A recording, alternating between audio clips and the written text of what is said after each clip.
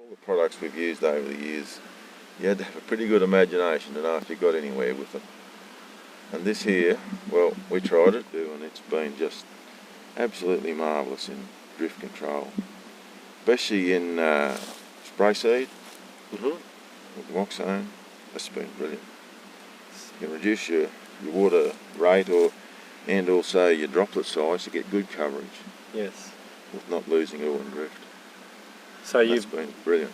You've been telling me that not only is your spray drift been lowered, but the efficacy of the Roundup you feel is certainly not dropped. If anything, it's actually increased. Well, I think it's really enhanced it. Yeah, Roundup and especially Gamoxone. When we've got to do this double knock product, we've always got other crops around that in the summer season that we just can't have drift onto, and it has just been, well, it's just been marvellous, really. It's really stacked up to what it's supposed to do. Really good. And as a surfactant, I think it's been excellent. Like spray out in sorghum. Yep. I was wondering if that was worth it. And it's been chalk and cheese with the normal sulfate ammonia and normal wetter. It's been head and shoulders above it.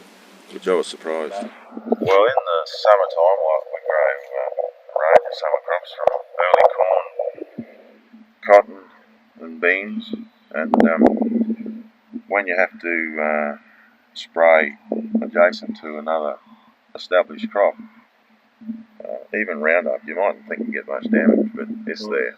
It definitely affects it.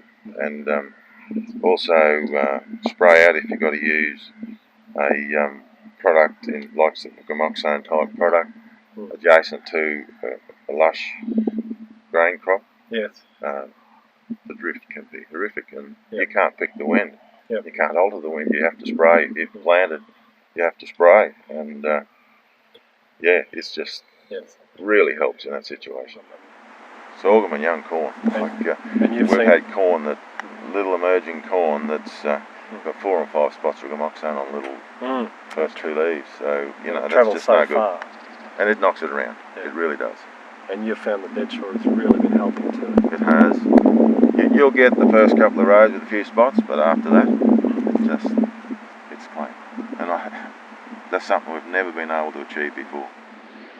Well, if you want to control drift, I don't know of any other product, and all the ones we've tried, nothing's worked like it.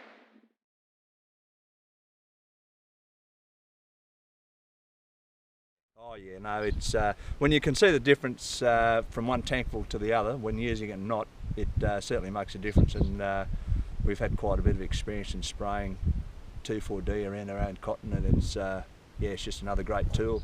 Well, like one day we sprayed one pass through the paddock and went back the next morning to see where how far the drift had gone. Right. Without the Dead Shore, it had probably drifted 10 metres just using the extra coarse nozzles, but putting the Dead Shore in, it brought that back to probably 3 to 5 metres drift with a crosswind. Okay. Like you could see it on sensitive weeds at the damage. And you have peach vine on this farm, which is a concern, and so you do use 2,4-D. You don't have a problem with it in the area, despite the rap in the past. No, we do, but we do all the spraying ourselves. We don't let any workers do it, and we're very conscious on when we do it and how we do it. We've done it 4 years, just using our own cotton as experience to try and gauge the level. But no, we're very confident. If conditions are right, everything's right, you can do it. Definitely use Dead Shore with 2,4-D when you've got sensitive areas. That's a rule. Yeah. And so, well, I think everyone should use Dead Shore when they're spraying against sensitive crops, along with the extremely coarse nozzles, and just keep an eye on that weather. Make sure there's no inversions, know where the wind's going, put in the right perimeters, delta T's right, tick all the boxes and you'll be fine.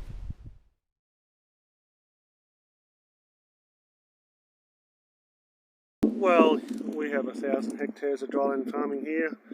We're surrounded by 7 neighbours. Everyone seems to grow something different to you most of the time, but always on the lookout for something good you can use to minimise drift, to get extra low spraying done, to just get a bit of an advantage to.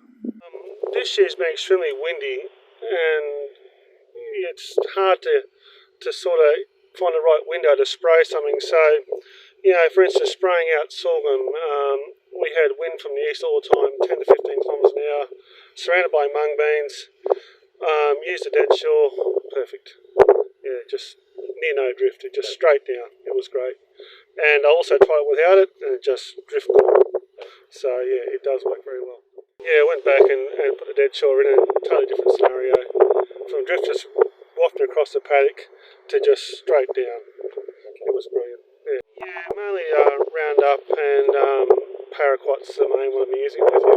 And with Paraquat, yeah, especially because, Paraquat's almost instant. Next day you can sort of see what's going on. But with using Dead Shore, yeah, it gives you a lot more confidence using it, that's for sure. We've used a lot of things over the years and all sorts of things, and this is by far one of the best ones I've used.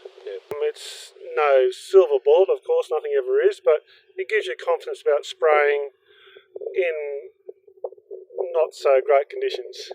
So if it's a little bit windy, yeah, you can have Dead Shore in the tank and get a bit more confidence about using it. A variety of nozzles, usually O2 air inductions and O3 twin turbos. I still got normal rules of spraying, but like now it's the wind's picking up a bit. Well, you could probably go and do another load of spraying and Dead Shore, and then you're going to be right. And that's the beauty about it. Yes.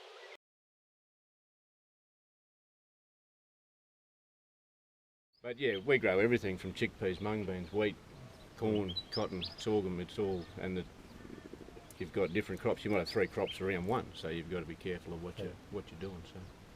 And what have you physically seen here? What have you actually seen it do that's convinced you that it's actually working for you?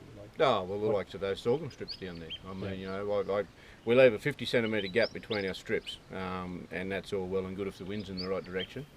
But I sprayed this year with the wind, and I might have touched up the outside row, and that's it. Whereas other years you'll kill 8 rows, 10 rows if the wind's wrong. So with the Dead Shore, it just cuts that drift down. But again, it's not rocket science. Slow down, reduce your pressure.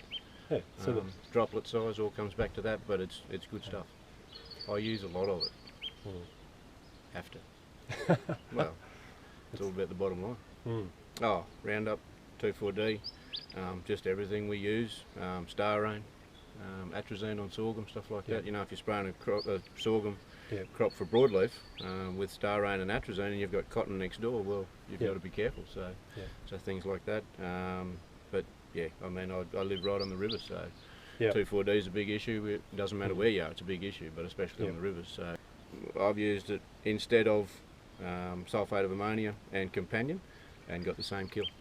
So where I was using sulphate of ammonia and companion to get my water quality right, I took them out of the equation, used Roundup 2,4-D and Dead Shore, same kill, side by side, there and there. I've done that for my own personal trial in the river strips, and so that's the key thing too. By taking on a spray drift product, you're actually not affecting the efficacy of your kill. No, that's right. I still got the same kill, and I mean, if we're not using 2 products in the tank, well, it's nearly paying for itself there. What type of nozzles have you been using? Oh, look, I'll use O3s during the season, 110 O3s.